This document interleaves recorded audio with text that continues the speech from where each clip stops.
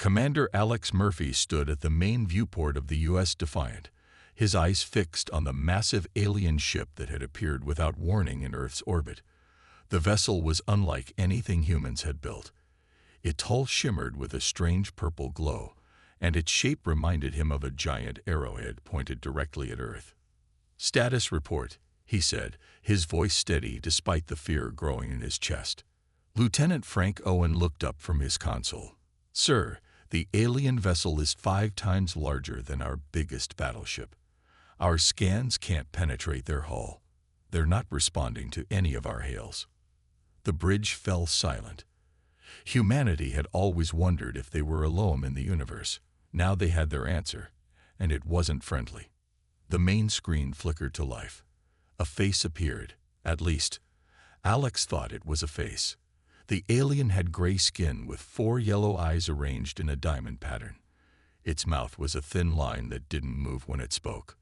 "People of Earth," the alien said in perfect English, "I am Supreme Commander for all of the Vraxian Empire. Your primitive world is now under our control. You will surrender all resources and accept your place as servants to the Empire. You have 7 Earth days before our armada arrives. Resistance is pointless. No world has ever successfully opposed us." The screen went dark. Alex looked around at his crew. Some faces showed fear, others anger.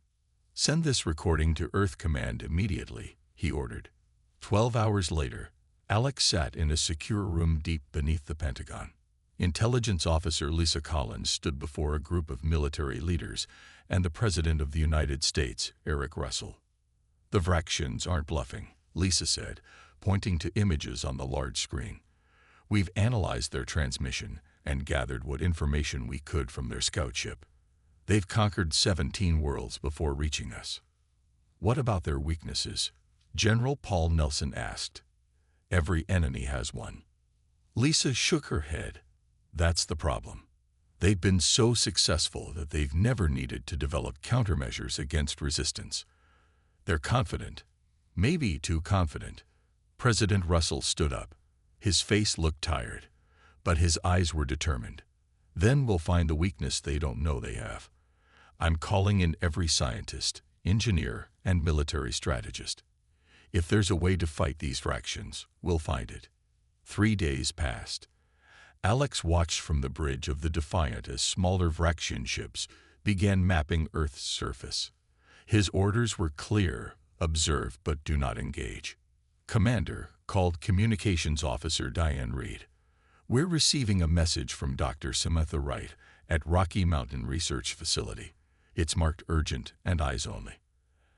Alex took the message in his private quarters.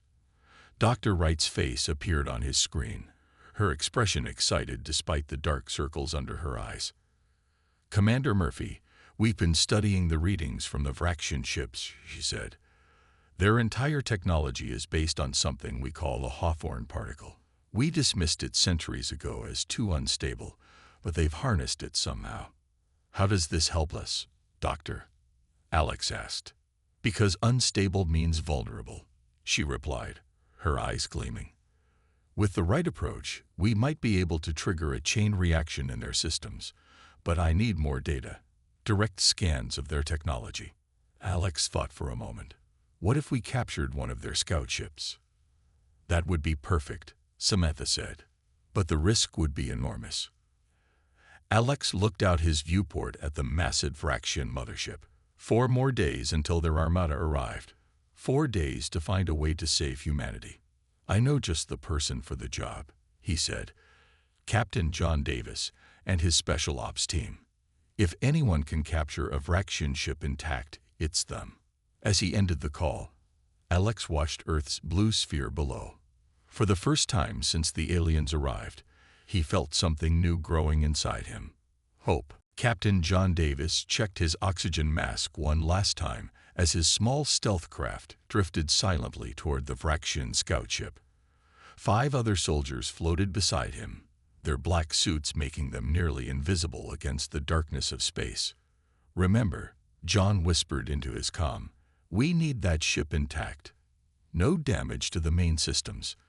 The scout ship was smaller than the mothership, about the size of a passenger airplane. It hovered just above Earth's atmosphere, scanning the surface below. The aliens had no idea they were about to be boarded. 20 seconds to contact, said Lieutenant Olivia Green, the team's tech expert. Her fingers moved across a small device in her hand. Their shields appear to fluctuate every 3 minutes. We'll have a 5-second window. John nodded, his heart pounding in his chest. If they failed, Earth might lose its only chance at finding a weakness in the Vraxian technology. Now, Olivia called. The team pushed forward, passing through the momentarily weakened shield. They landed silently on the outer hull of the alien craft. Using laser cutters, they opened a small hatch and slipped inside. Inside the ship, the air was thicker and had a strange smell. The corridors glowed with the same purple light they had seen from the outside. John signaled his team to move forward. They found 2 Vraxian crew members in the main control room. The aliens were taller than humans, with long limbs and those unsettling 4 eyes. Before the Vraxians could react, John's team fired stun weapons, knocking them unconscious. "Olivia, get what we need," John ordered. "Everyone else, secure the ship." Olivia plugged her device into what looked like the main computer. Strange symbols flashed across the screen. "This is amazing," she said. "Their entire propulsion system runs on Hawthorne particles, just like Dr. Wright thought. The particles are contained in these crystal chambers." She pointed to glowing purple crystals that pulsed with energy throughout the ship. "Can we fly this thing?" John asked. Olivia studied the controls. "I think so. It's not that different from our own ships, just more advanced." Suddenly, alarms blared. The ship's communication system activated, and a harsh voice spoke in the Vraxian language. "They know we're here," said Sergeant Bill Cooper, looking at a screen showing 3 larger Vraxian vessels approaching. "Time to go," John decided. "Olivia, did you get everything?" She nodded, unplugging her device. "Everything Dr. Wright needs." John looked around the ship. This was too valuable to leave behind. "Change of plans. We're taking the whole ship." His team looked at him in shock. "Sir, we don't know how to fly this," Bill protested. "Olivia thinks she can figure it out," John said. "It's worth the risk." Olivia took the pilot's seat and studied the controls. "I think this is the main thruster, and this must control direction." The ship shuddered as she activated the engines. Outside, the approaching Vraxian vessels began firing warning shots. "Hold on," Olivia called as she pushed the ship forward. The acceleration pinned them all against their seats as the scout ship shot toward Earth. Behind them, the Vraxian vessels fired, barely missing them. The scout ship's hull temperature rose as they entered Earth's atmosphere. "We're coming in too fast," Bill shouted. Olivia fought with the controls. "I can't slow it down enough." John strapped himself in. "Aim for the ocean near the coast. Water landing." The ship screamed through the sky, leaving a trail of fire. It hit the Pacific Ocean with a massive splash, skipping across the water like a stone before finally coming to rest, half submerged but intact. Inside, John checked his team. 2 had minor injuries, but everyone was alive. "Good work," he said, helping Olivia up. "Let's get this data to Dr. Wright." As they emerged from the ship, helicopters appeared on the horizon. John clutched the precious data device in his hand. They now had the technical specifications of Vraxian technology. For the first time, Earth had a fighting chance. Dr. Samantha Wright stared at the purple crystal on the lab table. It pulsed with a soft light, the heart of Vraxian technology. Around her, 20 scientists worked at computer stations, analyzing data from the captured scout ship. "The Hawthorne particles are contained inside these crystals," she explained to Peter Barnes, the lead engineer. "They generate incredible energy, but they're also extremely unstable." Peter touched the protective case around the crystal. "Can we use this instability against them?" Samantha nodded. "That's what I'm thinking. If we could find a way to disrupt the particle containment field, It might cause a chain reaction through their entire fleet. They had 4 days left before the Vraxian Armada arrived. 4 days to develop a weapon that could save Earth. In another part of the Rocky Mountain facility, Admiral Susan Miller met with General Kevin Adams and Intelligence Officer Lisa Collins. "The President wants options," Admiral Miller said. "Real options, not just wild theories." General Adams slammed his fist on the table. "Our only option is to fight with everything we have. Die on our feet rather than live on our knees. And lose billions of lives." Admiral Miller shot back. "Maybe we should consider their terms. Find a way to survive under their rule until we can build our strength." Lisa shook her head. "I've studied their history. The Vraxians don't keep their promises. The 17 worlds they conquered. The people were harvested for resources. Surrender means extinction either way." The room fell silent. The weight of their situation pressed down on all of them. Back in the lab, Samantha and Peter worked on a prototype device that could disrupt the Hawthorne particles. Their first test failed completely. The second test caused a small explosion that nearly injured 3 scientists. "It's not working," Peter said, frustration in his voice. "We can disrupt the particles, but we can't control the reaction. It's either too weak to affect their ships or so strong it would destroy our own delivery vehicles." Samantha rubbed her tired eyes. "They have been working for 48 hours straight. Maybe we're approaching this wrong. We're trying to force the particles to behave in ways they don't want to." A knock at the lab door interrupted them. The young woman entered, holding the hand of a small girl about 6 years old. "Daddy," the girl called, running to Peter. Peter smiled for the first time in days. "Amy, what are you doing here?" Peter's wife, Nancy, looked apologetic. "She missed you." "I couldn't tell her no." Samantha watched as Peter showed his daughter around the lab, carefully keeping her away from dangerous equipment. Amy looked at everything with wide, curious eyes. "What's that purple thing?" Amy asked, pointing at the crystal. "That's what the aliens use to power their ships," Peter explained simply. Amy tilted her head. "It's pretty. It looks like it's in water." "Water?" Peter asked. "No, honey, it's in a special container." "But it moves like water," Amy insisted. "Teacher says water conducts electricity. Does that conduct too?" Peter froze, a strange expression crossing his face. He looked at Samantha, who had heard the exchange. "Amy, you're brilliant," he whispered. He turned to Samantha. "We've been using metal conductors in our disruptor, trying to force a reaction. What if we used water, Earth's most abundant resource?" Samantha's eyes widened. The Vraxians evolved on a desert planet. Their technology might never have been designed to handle large amounts of water. Peter hugged his daughter tightly, then rushed to a computer. "We need to rebuild the disruptor using water as the primary conductor." Samantha was already moving, calling the team together. "If this works, we could create a device that causes their Hawthorne particles to destabilize when exposed to simple H2O." For the first time, a real solution seemed possible, and it came from the innocent observation of a child. 3 days remained until the Vraxian Armada arrived. News of the breakthrough spread quickly. Within hours, President Russell called a worldwide emergency meeting with all major world leaders. The video conference included faces from every continent, all looking to him with desperate hope.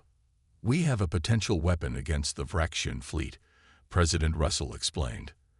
"But we need the help of every nation to build enough devices in time." On screens around the world, the leaders listened as Dr. Samantha Wright and Peter Barnes explained their Project Rainmaker, a water-based device that could trigger a chain reaction in Vraxian ships. Their technology uses Hawthorne particles which become highly unstable when exposed to water in a specific electrical field, Samantha said. "Each device must be positioned within the Vraxian fleet formation to be effective."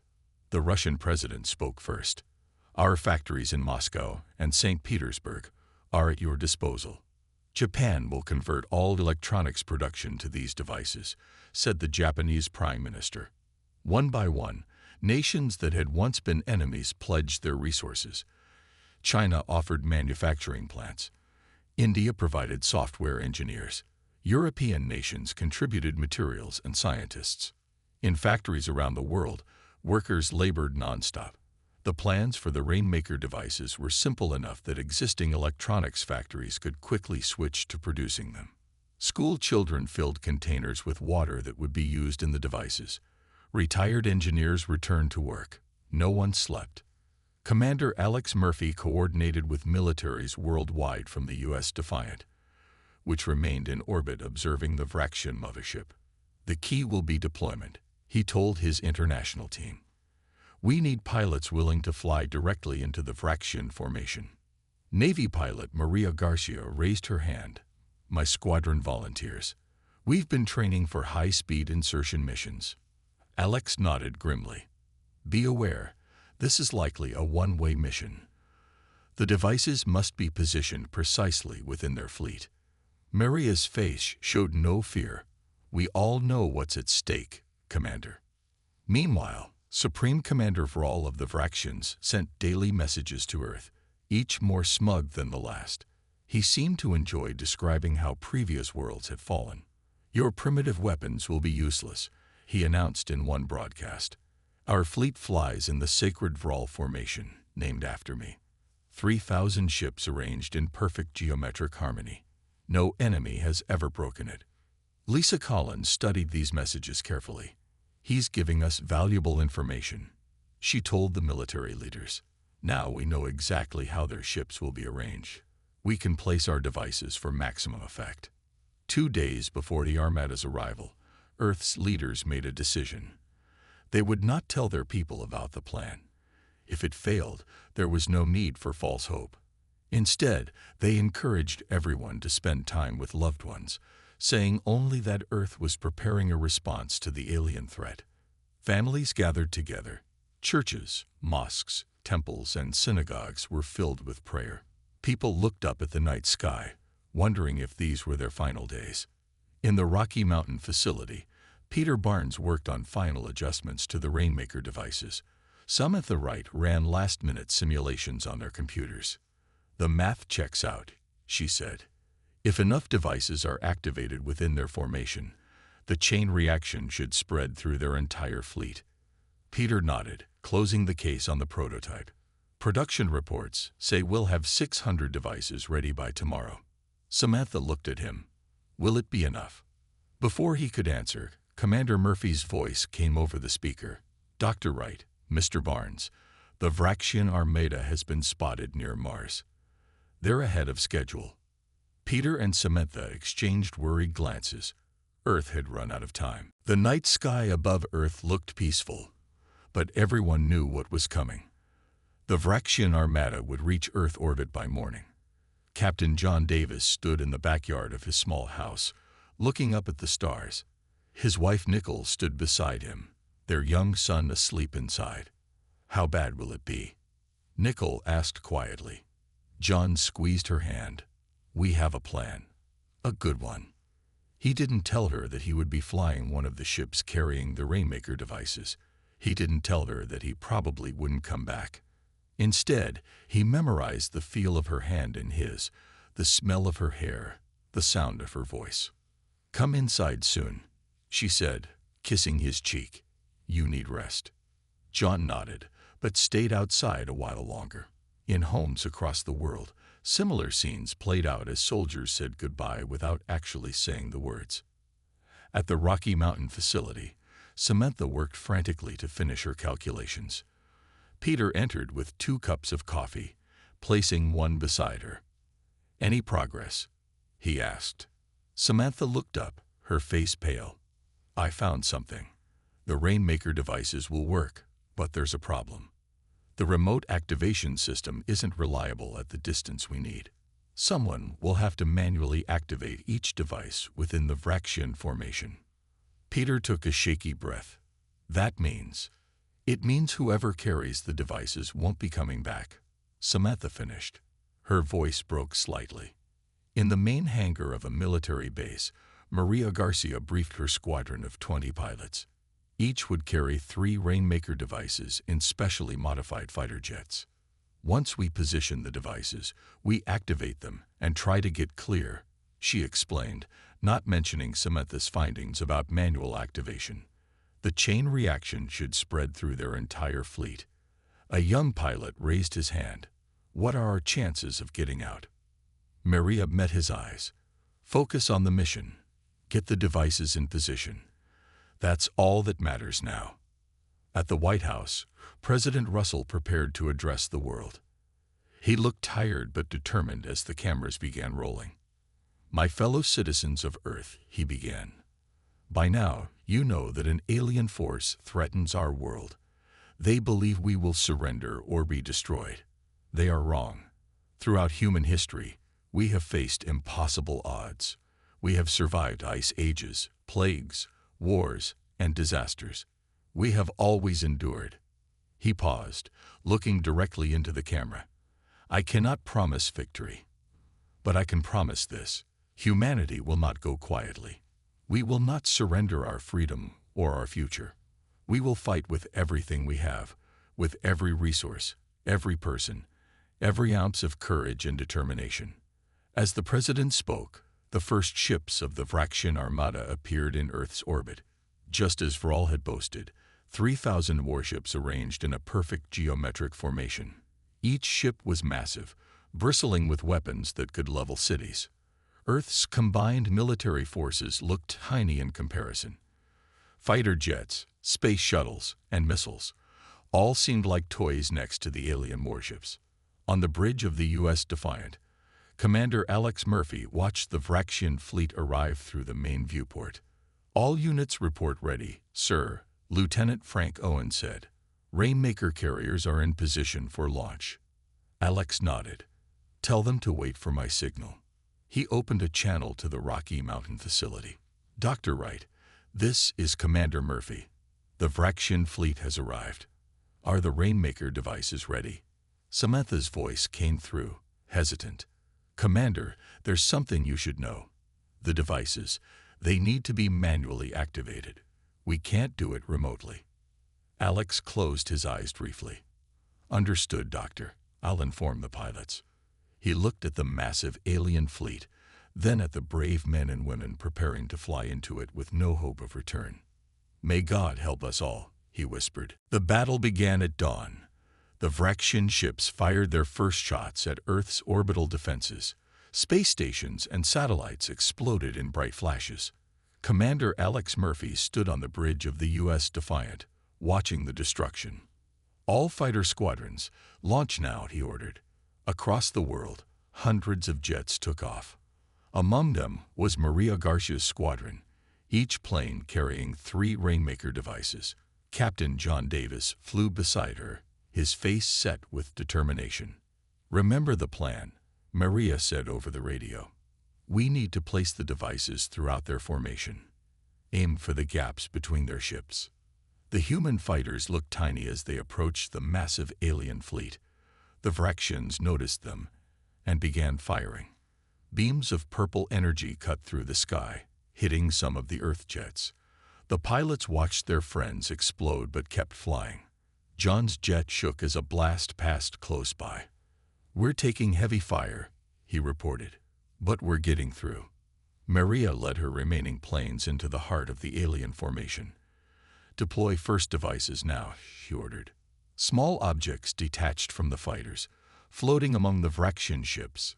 Each one contained water and the special electrical field that would disrupt the aliens' Hawthorne particles.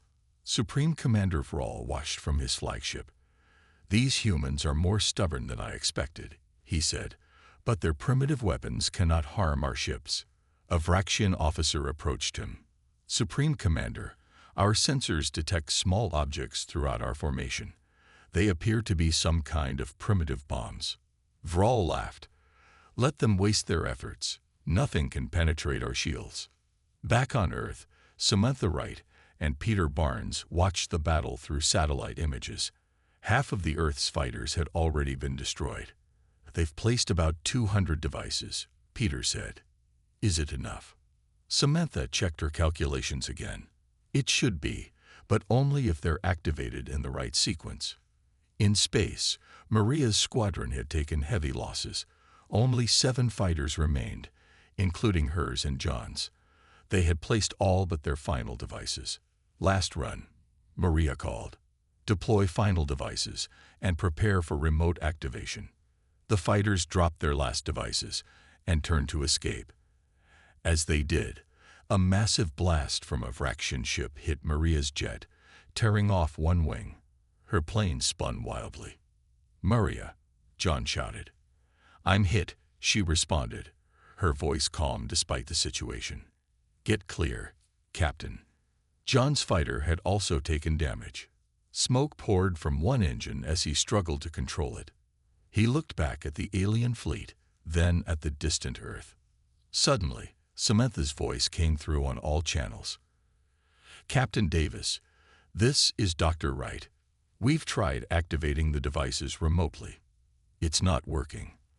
The Vraxian shields are blocking our signals." John understood what this meant. Someone had to stay behind and activate the devices manually. He looked at his damaged fighter. He wasn't going to make it back anyway. "I copy, Doctor," he said. "I'll handle it from here." He turned his fighter around, heading back into the heart of the alien fleet. As he flew, he opened a channel to all Earth forces. "This is Captain John Davis. For Earth and all her children." His fighter reached the center of the Vraxian formation. John took a deep breath and pressed the activation button on his console. At first, nothing happened. Then a small Vraxian scout ship near one of the devices began to shimmer. Its purple glow intensified. Then suddenly the ship turned to fine dust, the particles scattering in space. The effect spread. A second ship dissolved, then a third. The reaction jumped from ship to ship as the Hawthorne particles destabilized throughout the fleet. On his flagship, Vral watched in horror as his mighty armada began to disintegrate around him. "Impossible," he whispered. Within minutes, the magnificent Vraxian fleet, the pride of their empire, was nothing but a cloud of glittering dust drifting through space. John's fighter was gone too, lost in the reaction he had triggered, but Earth was saved. 1 year after the battle, Earth was a different place. The cloud of dust that had once been the Vraxian fleet still sparkled in the night sky, a reminder of both victory and sacrifice. Admiral Alex Murphy, promoted after the battle, stood on the bridge of a new ship. It was unlike any vessel humans had built before. Parts of it were made with technology learned from the Vraxian scout ship, but improved and made safer. "All systems ready, Admiral," said Lieutenant Frank Owen, now his second in command. "The gateway is prepared for our first jump." Alex nodded. "Take us out, Lieutenant." The gateway was humanity's first true starship, built to travel to the worlds the Vraxians had conquered. In the years since the battle, scientists led by Samantha Wright and Peter Barnes had studied every piece of alien technology they could salvage. "Activating Hawthorne Drive," Frank announced. "Modified with water-safe containment, of course." The stars outside the viewport blurred, and suddenly they were in a new solar system. The first world once ruled by the Vraxians lay before them. As they approached the planet, they were met by small ships. The aliens inside looked nervous until Alex sent them images of the dust cloud that had been the Vraxian fleet. The aliens cheered. Their world had been one of the first conquered by the Vraxians, and they had been slaves for generations. Now they were rebuilding their civilization. "We thought no one could defeat them," their leader said when meeting with Alex. "You have freed not just your world, but 17 others." Over the next month, the Gateway visited all the former Vraxian worlds. Each one was recovering, each grateful for their unexpected freedom. Some had technologies to share with Earth. Others needed help, which humanity gladly provided.